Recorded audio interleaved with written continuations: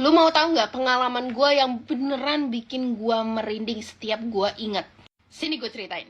Jadi ini tuh terjadi di tanggal 4 April 2024 di jam 8.30 pagi di Mekah, di depan Ka'bah persis.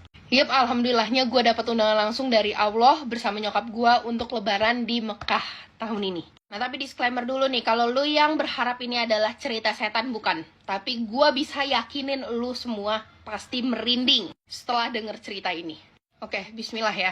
Jadi pagi itu tuh gue, nyokap gue, dan ketiga teman kita yang satu grup itu memutuskan untuk balik ke hotel untuk mandi dan istirahat di hotel nih. Kita udah 2 hari itikaf di masjid tuh guys. Jadi kita tuh kondisinya udah capek banget. Tapi pagi itu tuh kita memaksakan diri untuk tawaf dulu sebelum kita ke hotel.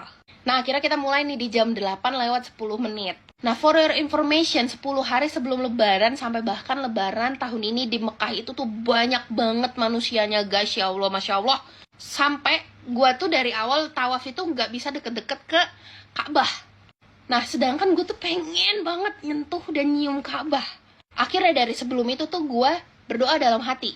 Kayak curhat, ngobrol dalam hati sama Allah gitu loh. Gue bilang kayak begini, ya Allah, Gina pengen banget nyium Ka'bah, Gina pengen banget nyentuh Ka'bah, ya Allah. Tolong mudahkan jalan Gina bisa menyentuh Ka'bah, ya Allah.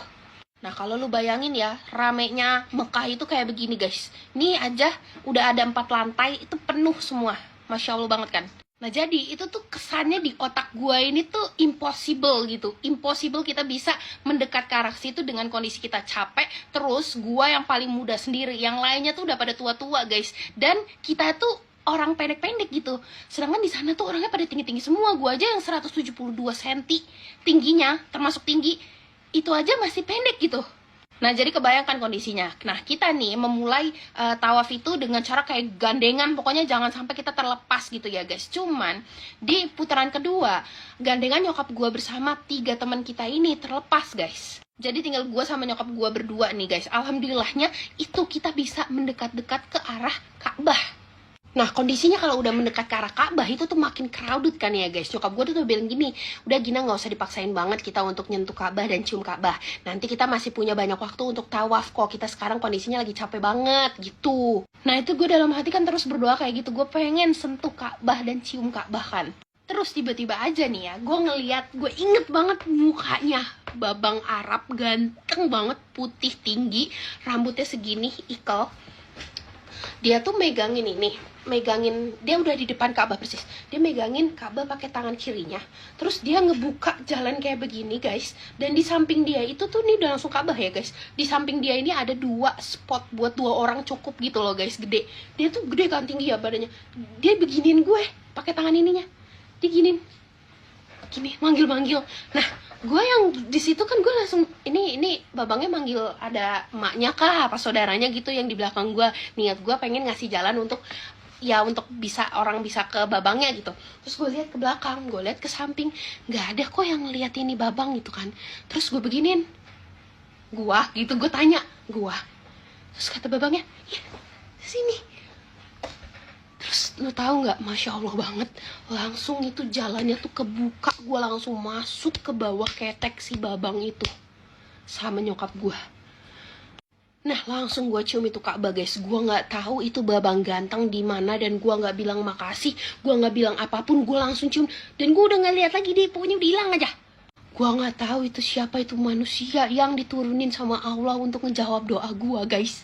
Nggak sampai situ doang guys, serius dah. Kalau misalnya lu udah di depan Ka'bah nih ya guys, itu udah lupa sama minta hal yang duniawi. Pokoknya gue minta maaf aja, nangis gitu kan, minta maaf, banyak banget dosa gue, nangis aja. Nah, terus itu lu tahu nggak? Lama banget kita di situ coy, 2 menit gue nggak diganggu, nggak ditepek-tepek, nggak ditarik-tarik, sama sekali gue nggak diganggu. Seakan-akan kayak gue berdua doang sama nyokap gue di situ. Kayak nggak ada tuh orang jutaan orang di Mekah, nggak ada. Berdua doang gue sama nyokap gue di situ. Dan gue nyadar kalau ini udah lama banget karena nyokap gue udah Gina, udah ini gantian ayo sama orang depan, ayo gantian gitu. Dan lu tahu itu ada kali 2 menitan lah gue di situ. Masya Allah banget kan, serius. Didengar coy doa gue sama Allah dan beneran langsung dikabulin. Dan ini tuh sebenarnya bukan satu-satunya, sebelum itu ada juga, dan setelah itu di Madinah pun ada juga nih kisah yang kayak gini, curhat dalam hati nih sama Allah. Dan langsung dijawab, beneran langsung dijawab. Terus Masya Allahnya lagi guys, di dalam satu kali tawaf itu Allah nggak cuman ngabulin doa gue sekali, tapi 2 kali. Gue bisa nyium Ka'bah 2 kali, dan juga gue nyentuh rukun Yamani. Itu crowdednya parah banget guys. Dan kita juga istirahat dengan tenang, gak digangguin, gak didorong-dorong sama sekali di Hajar Ismail. Padahal itu tuh lagi crowded banget. Masya Allah banget kan ya guys. Gue tuh selalu merinding guys setiap inget hal ini, karena kayak Allah itu deket banget, Allah tuh ada banget buat gue, dan Allah denger semua hal yang gue doain. Dan Allah tahu gitu, kayak bisa langsung dikabulin gitu banget sih. Apa gak merinding? Gak merinding tau.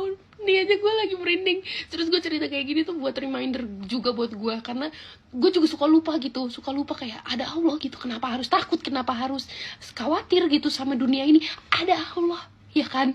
Ya semoga cerita ini bisa bikin kalian merinding dan kalian bisa dapet hikmahnya. Kalau mau gue ceritain yang lainnya coba aja komen ya.